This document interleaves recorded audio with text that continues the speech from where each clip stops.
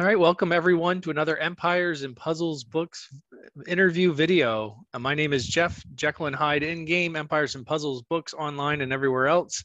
And today we're going to sit down and have a conversation with Revolutionvl, leader of 7 Days Departed and leader of the top of the charts in many aspects of this game, specifically the Ninja Tower. We'll get into that in a little bit.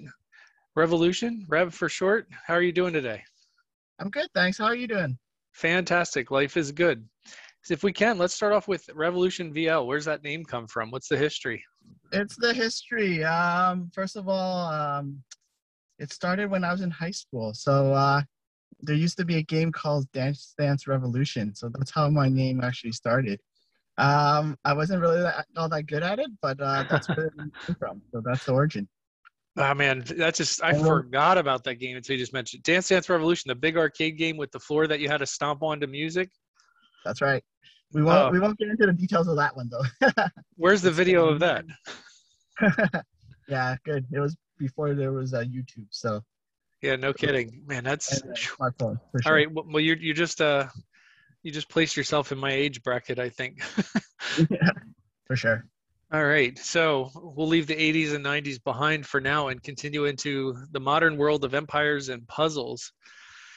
So let's start with talking about 7 Days Departed. So it's kind of like its own mythical place, I think, within the land of empires and puzzles. It's the fantasy land for many players and the dangerous people to fight when you get them. So how does 7 Days Departed become 7 Days Departed, and how did you get to run the realm of this helm of this? Okay. Excuse me. Um, to be perfectly honest, I think Zero probably had more detailed history of 7 Days Departed. I started the game around March of 2018. So by then, 7 Days Departed was very well established already. I think Zero was at the top of the charts. Jimmy kind of comes to mind. I think Anchor was there. He might have been leading already. So it's well established by the time I started playing. So definitely that was the goal, I think, to join. But at the time, it took quite a bit of time because I started playing casually at first. So the first 6 months, I was just playing casually, working through little alliances here and there, just killing titans. But I wouldn't say I was a very serious player or a big spender for that matter. Um, yeah, so I think, yeah. So again, I wouldn't be able to be truthful. I wouldn't be able to give you all the history about 7 Days Departed, and I think Zero did a fairly good job of uh, communicating that. And yeah, I joined Departed almost 2 years ago. So I All right. think there were some opportunities. At the time, I would say the alliance or team was going through a bit of transition. So Zero actually took a break during that time, and I think Anchor may have been on break at the time of, or he may have just been back. But nonetheless, there was some changes, I would say. As a result, there were some opportunities for myself and a lot of my teammates at the time, who I would say a couple of the co-leaders probably joined within the same couple months. I would say that summer, where we there was a bit of a transition into an evolution of the team, I would say. All right. Well, let's back up a little bit. How did you actually get into 7 Days Departed to begin with? Did you start right in 7DD, or did you start in one of the feeder alliances? I did not. I did not. I actually started playing in a smaller team with called KOO.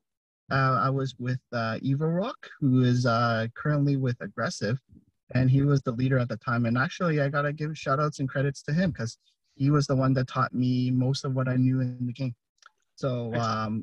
so unfortunately, with smaller alliances, we did. I would say it was a bit harder to recruit. We were probably on the fringes of top 100 at the time, and overall, with recruiting, especially if you're not inside the top 100, it can be quite difficult. So unless you're constantly posting on forums or you're lack of better term spamming, Mm-hmm. certain chats. It got a little bit difficult, and I think it's something that I think a couple of the stronger players no longer, was very much interested in doing that. So I think, so yeah, it led to some changes. I went over to Extreme Panda at the time and played there for 6 months before I applied and I got into 7 Days to Play. Nice, excellent. So how long were you in 7 Days Departed before you had the opportunity to rise to the leader position? That actually took a lot longer. I actually think I was co-lead probably around the 100 days mark, so about 3 months. Then I was, war general. So, coordinating wars for about a year and a half. When Aqua retired, I took over leadership of 7 Days Departed. So that was probably about December of this past year. So I've only been leading for the last 6 months or so. Okay. Yeah. Excellent. So I'm always curious, and I know I've asked this with some of the other 7 Days Departed folks, but how hard is it to choreograph 30 people to have identical defense teams or nearly identical? I would say certain metas is a little bit easier. For example, when Teleria was tank and you had Vila and Gravemaker be flanks, Heroes of the Months are relatively easier to get, and and your wings, you were able to find a reasonable substitute, and it probably wouldn't change the variance of your war defense very much. Now in the current meta, I would say it's definitely a little harder. We also have to acknowledge where the game is at right now, and I think I want to use this opportunity maybe to also share about fiscal responsibility and playing within your means, and that's different for everyone, right? So, oops, sorry, there's just someone walking by. Again, playing within your means, and that's different for everyone. Everyone's in a different economic bracket, different life experience as well. Mm-hmm. But we try our best to make it work. We're very fortunate. 7 Days Departed. We had individuals or have individuals that are able to contribute and set up a good defense. But we also acknowledge that the player pool is shrinking, to be honest, right? So I think it's something that will be harder and harder to do. In terms of, and I guess maybe I'll evolve this to a culture discussion, which is the game culture is we try our best to make it work. At Departed, why it's so hard to get in is because we have relatively low turnover. So I think when I look back in 2020, we probably had maybe 15 or less than that individuals join the alliance and team. So as a result, because of the low turnover, we have very good stability. There's unfortunately less opportunities for new players to join. So it's one of those catch-22, I guess, in a sense, where, it is what it is, I would say. All right, interesting. You said something in there that piqued my interest. It's something I want to be addressing in a future video coming up. You mentioned that the player base is shrinking. What can you talk a little bit about where that's coming from? Sure.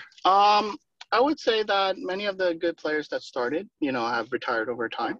Mm-hmm. And, when my assessment, and I could be wrong, I'm sure SG's, revenue may suggest otherwise, but I would say the number of players from North America and Europe, there's probably not that many new players. Where we see growth in the game, I think, is mostly in maybe Korea, some in China as well. But definitely respect those alliances that have come up, and you can really notice them in the leaderboards as well. So they've done very well. And I think I would say the growth of the game is in Asia in general. Okay.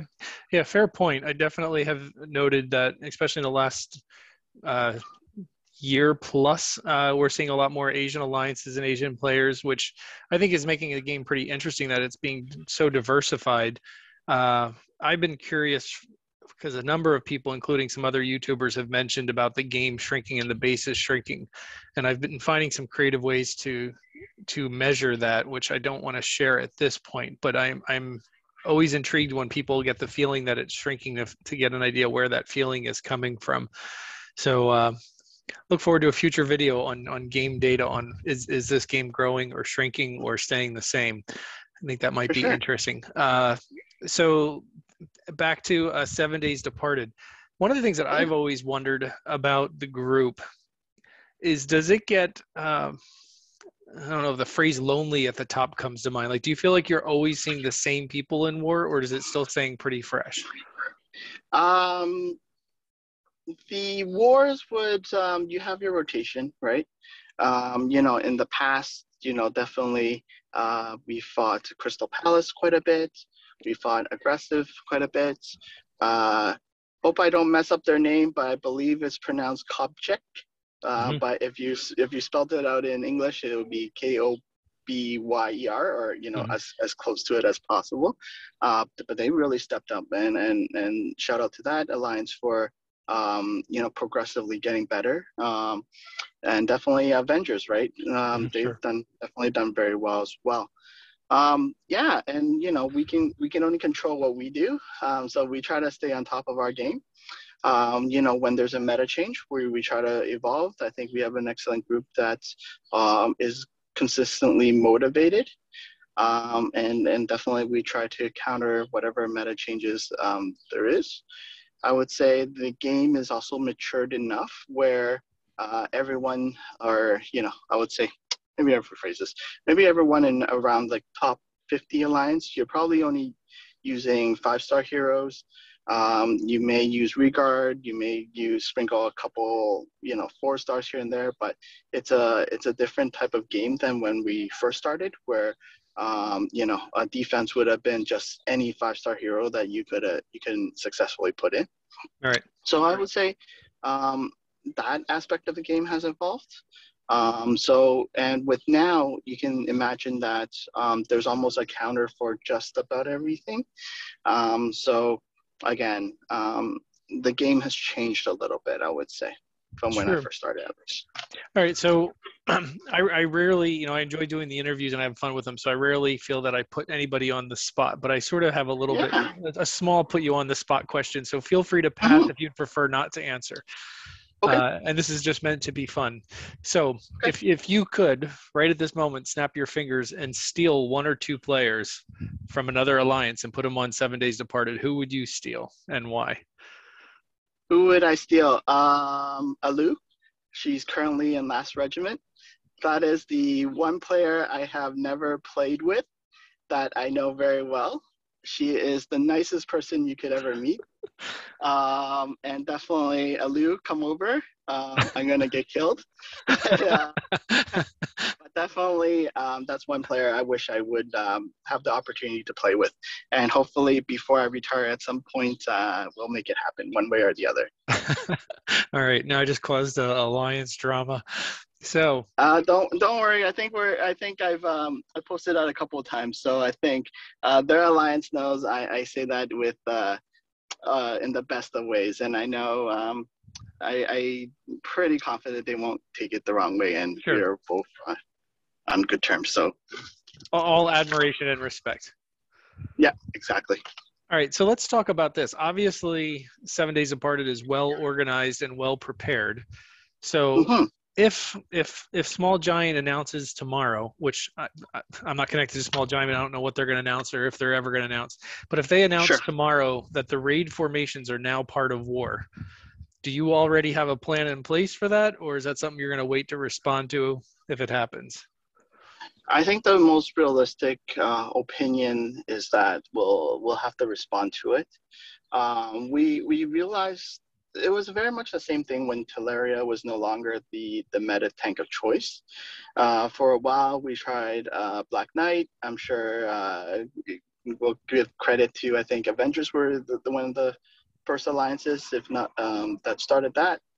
Then there was a bit of a run on Garnett, and then now we're into Barra. So I think the game evolves, whether it's formation change or a tank change. But given where we're at, I think there's so many counters nowadays.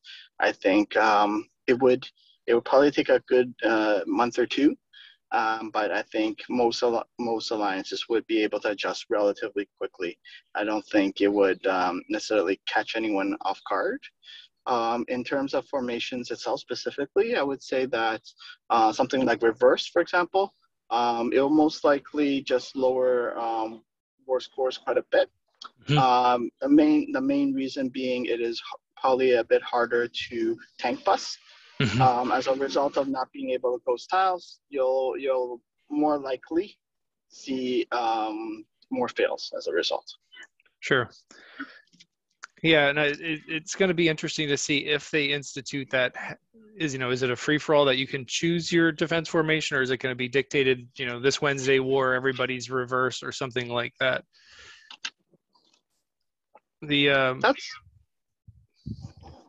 So I've heard the phrase a number of times, something to the effect that the new formations make the game, it's a bigger push towards luck than strategy. Can you respond to that comment? It's I personally don't think it would change too much in terms of luck and strategy. Maybe I'll phrase it. Maybe I'll answer a question in a different way. So let's often the most common talked about topic in terms of strategy, for example, is going 3-2 mono 4-1 from that aspect. I don't have a preference for any of them, but I want to use this opportunity to maybe share why some opinions are formed. So when I would say that the majority of maybe just because I've seen more videos of Avengers Departed and some of the other alliances near the top, I would say the overwhelming majority of those players play 3-2 as a risk-adverse technique. What this means is because you either have healers on both colors, or you have some type of a stall in the case of, let's say, a Hell, for example, or you have a taunt in the case of Krampus or Black Knight, you're able to mitigate what are called bad wards, right? Because you have two colors to work with, right? So, but when you play with mono, for example, you're enhancing a good board. So in the case of the early Teleria meta, you actually wanted to enhance good boards because it was extremely difficult to get OS. And when we're looking at stats and the early first phase in that series of wars, OS rates were closer to 50%. So what that means is the only way you're going to win is if you were able to enhance a good board. So that's why those techniques made more sense. But now, when we're seeing war scores up in the 7,000s, you're looking at a equivalent rate, OS rate, closer into low 70s. So what you're trying to do is you're trying to mitigate the effects of bad boards.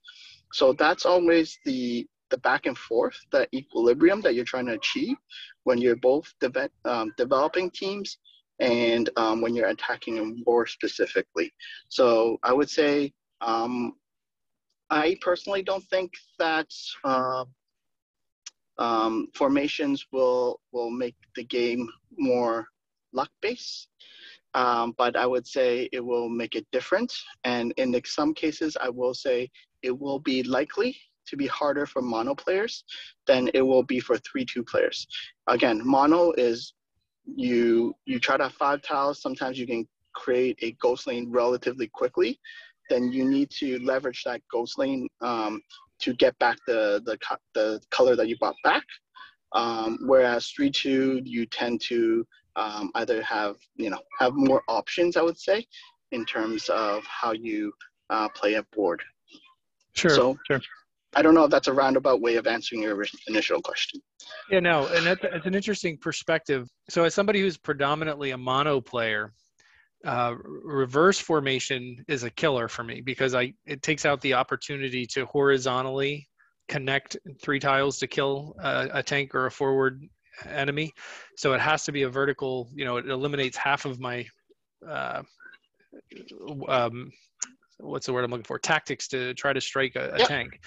However, one of the reasons, I have a video on why I mono, and one of the reasons I do that is what I call mana efficiency. Whenever I match tiles on my color, I'm gaining mana for all of my heroes.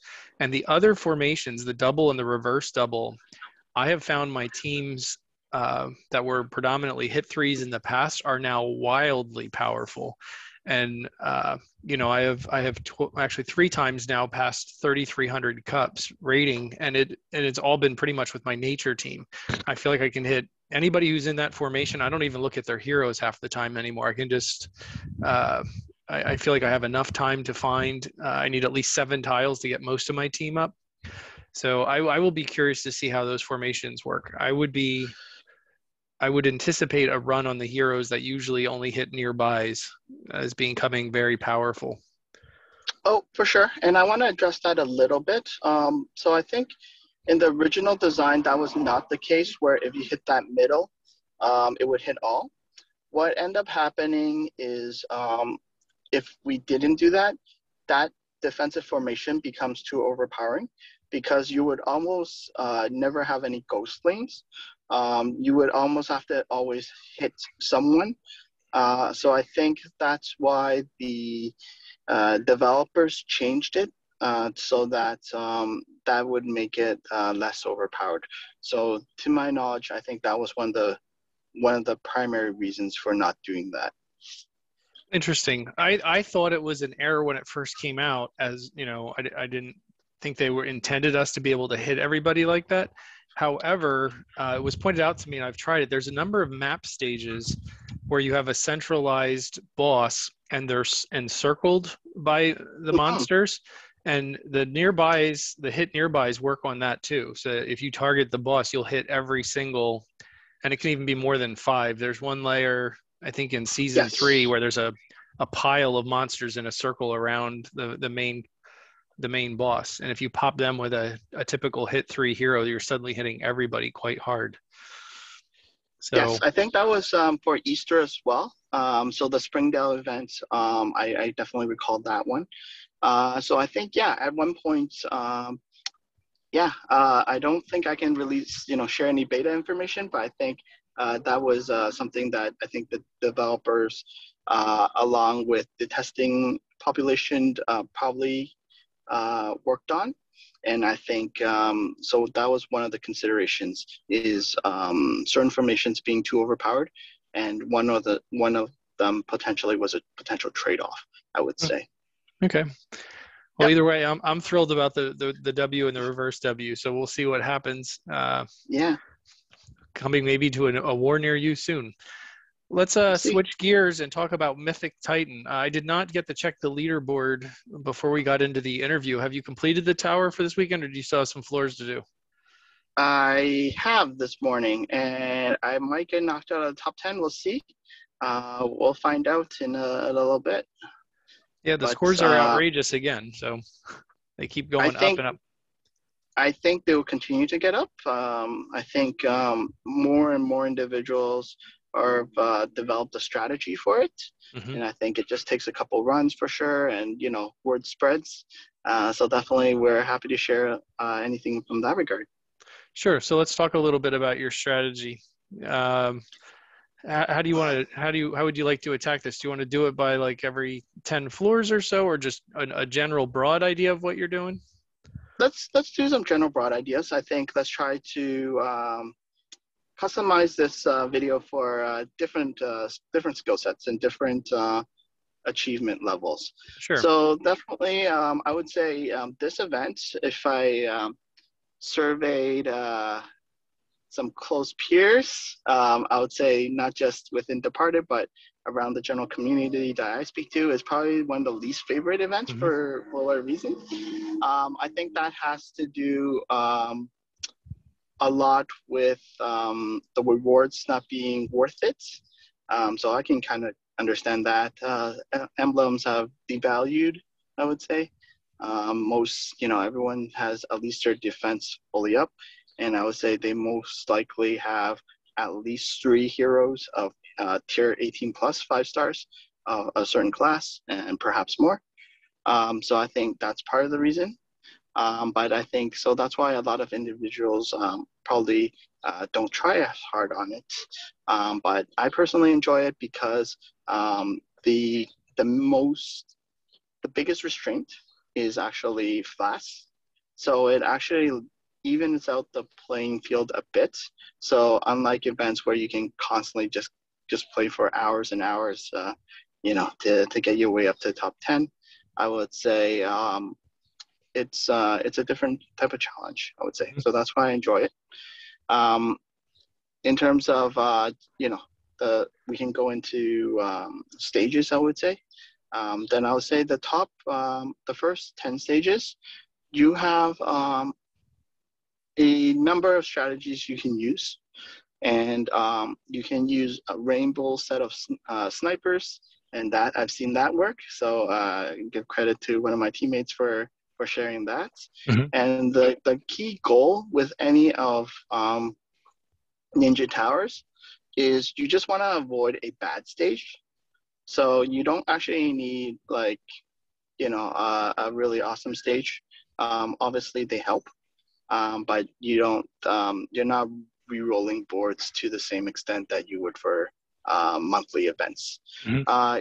In terms of Ninja Tower, you're looking at you want a combo of 3 plus for each stage. You want 1 legal move typically. And how you achieve this for the most common is probably, let's say, Wilbur. So you get him up.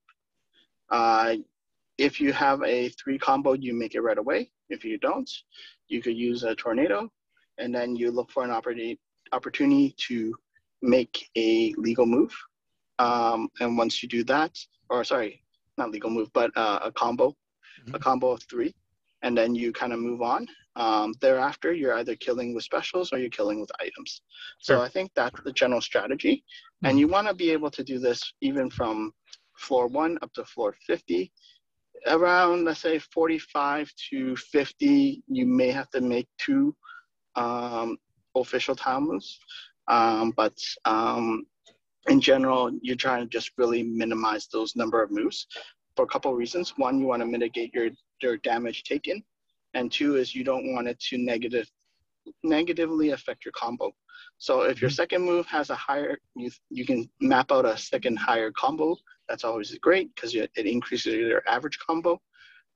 But otherwise, you're just really trying to mitigate the number of moves that you actually have to make. Yeah, you can laugh at me on this. On floor 48, for floor 48, I had amazing combinations that were happening, lights and bells and whistles going off, and I cleared that level faster than I have ever cleared one of the last 10 floors. And I got 32,000 points because I realized as the score came up, I never actually made a single legal move. So I really burnt myself this weekend on that one, but it happens, I guess. It definitely happened, and I actually learned this probably second Ninja Tower. But luckily it was earlier stages because you kind of go through the tornado, you kind of forget, and then next thing you know it, everything's all charged up. So your natural impulse is always to fire your specials. And then, so that actually burnt me on the my second Ninja Tower. So the first one, honestly, we were just like most of everyone around, you're just trying your best to see, what you can come up with strategy. But I would say the second one is starting to tailored my strategy, let's say. Sure. Yeah. I actually changed. I do a lot of, like even with the challenge events, depending on the floor and the level, I do a lot of pattern based recognition. Like I try to figure out, well, this pattern works. And then I try to repeat the pattern and try to find a board that'll do that. And I changed my pattern this morning for the last 10 floors, and it worked great for the first few floors. And then it's just by the time I got to 48, part of the pattern change I did had to do with starting off with a scroll to get a certain board to get it moving. And 48, Okay. it worked perfect, but too perfect. And I kept everything charged. So I just kept wiping out board after board. And it wasn't until the Gotcha. end that I realized board two, or, the second Yeah. or third wave is where I'm supposed to make my legal move. And I never made the legal move. So, It definitely happened to all of us, and that's the one drawback of Ninja Tower is you can't replay. yep. So maybe one way to enhance this is you can replay one stage. I don't know, but that's fine as it is. It is.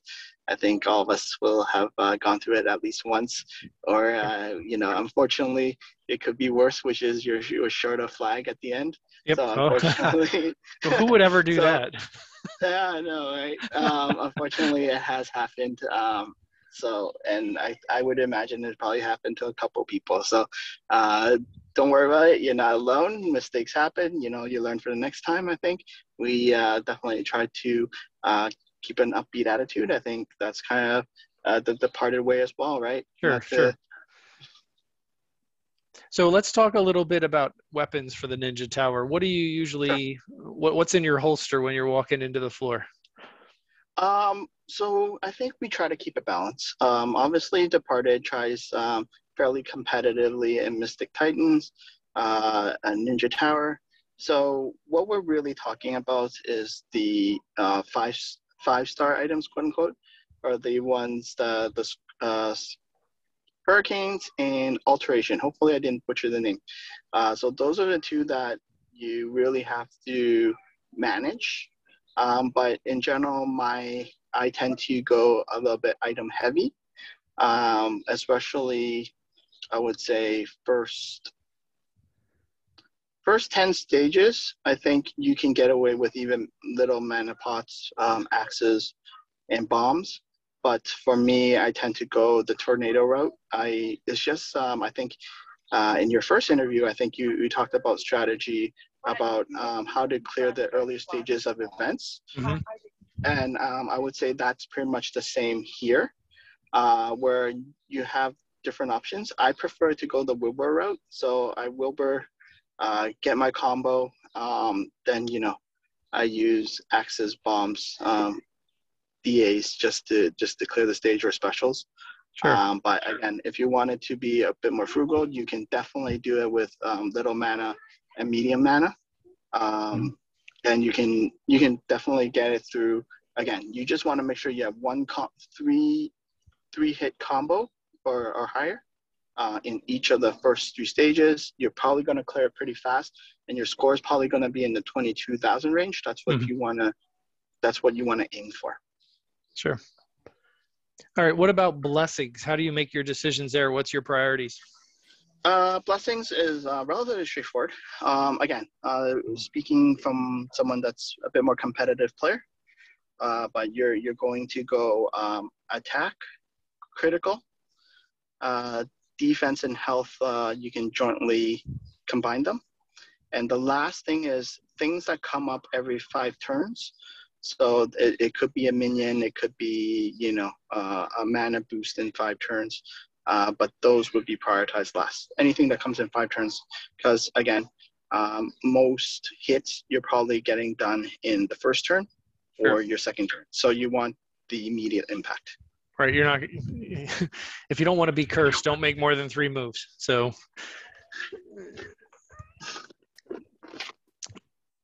what's next for Revolutionvl? Well, in all honesty, I don't know. I think Ninja Tower has gone to the point where I think it'll be difficult to make top 10 consistently, because I think, as I mentioned earlier, Flask is your primary limiter. I think my score, for example, I actually didn't do that well this time around in the last three stages, but I think that's around my personal peak, which is around 1.73-ish, I would say. But what I do expect, to be honest, is I expect top 10 would probably be around 1.5 in the not too distant future. So I would probably, if I were to maintain my scores, fall just outside of the top 10. So I think that will be the trend. Wait a minute, you just lost me there. You think the top 10 are going to drop down to 1.5? No, 1.75. Okay, I thought you said 1.5. That's what threw me off. I was like, Sorry, why? sorry about that. Sorry I about was that. like, Yeah. I was like, that's big news if you're predicting a huge drop in scores. No. Sorry about that. I might have misspoke. Yep, no, I So got you. 1.75, or it could go even higher. It depends on just the number of people playing. And what you'll probably see is a bit less consistency, I think. So you might alternate in the number of events you aggressively participate.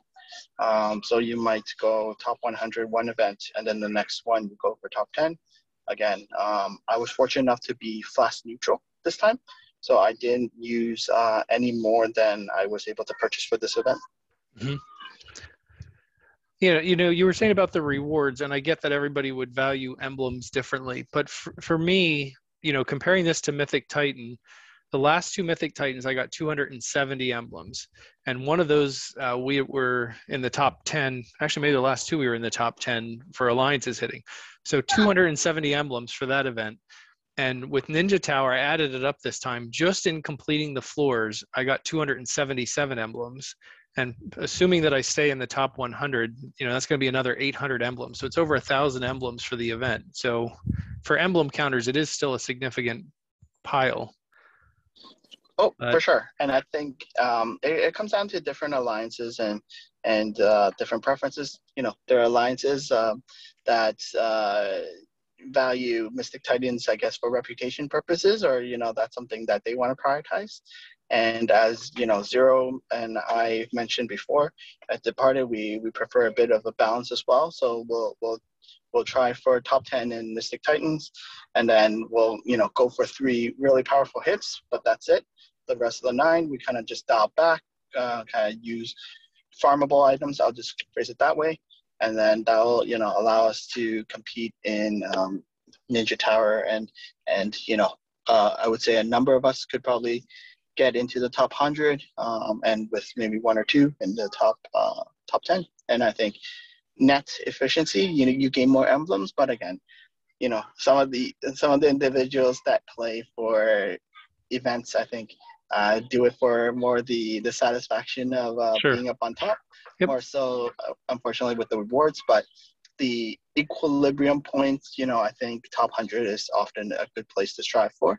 And likewise with events, I think, so myself, I'd probably go for just top 100 in monthly events as well. Get my 2 mats and off we go. I don't have to spend, unfortunately, for myself, I'm not as skilled in open and transparency. I'm not as skilled in events. So for me to get the same amount of performance as others, I probably have to spend, 8 hours or even more compared to 6 hours or 5 hours or less. So again, just, I guess, different individuals just like playing different things, I would say. Sure.